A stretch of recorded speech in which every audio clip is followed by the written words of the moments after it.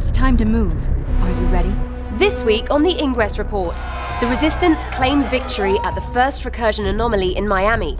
New details emerge on how factions can capture the valuable ancient artifacts, and we learn what is ultimately at stake as Recursion continues. Welcome to the Ingress Report. I'm Susanna Moyer. Scores of Ingress agents made their way to Miami, Louisville and Columbus for the first Recursion Anomaly this past weekend. The Resistance captured the day.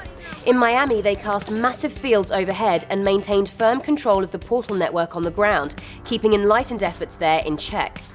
Enlightened agents through the week in the Miami region were able to contribute to their cause by capturing their local cell for the anomaly, but the regional data showed that the Resistance captured the global score.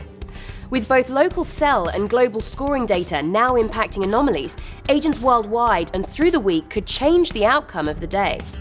In Columbus, the Enlightened braved aggressive weather conditions to dominate the city.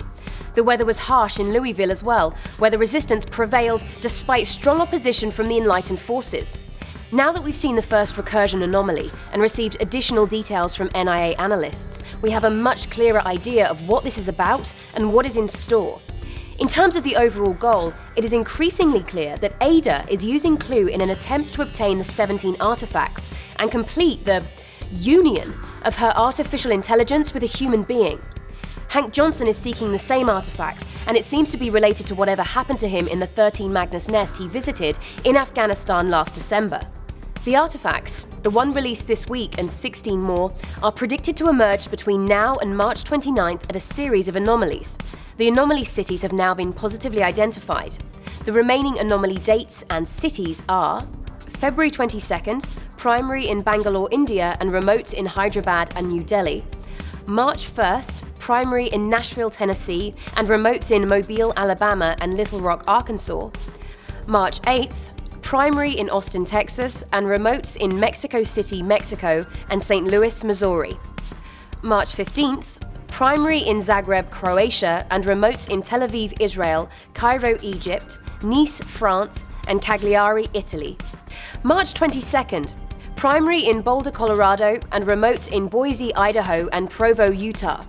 And the final anomaly on March 29th, primary in both Los Angeles, California and Berlin, Germany, with remotes in Spokane, Washington, Oakland, California, Nantes, France and Brussels, Belgium. We now know that the structure is quite different than 13 Magnus.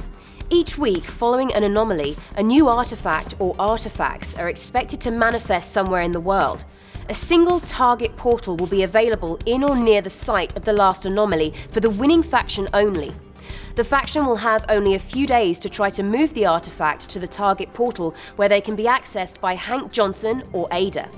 Any artifacts not delivered to the target portal will then be immobilized for several days during the next anomaly and reactivated along with new artifacts afterwards for another short opportunity for them to move to a target portal.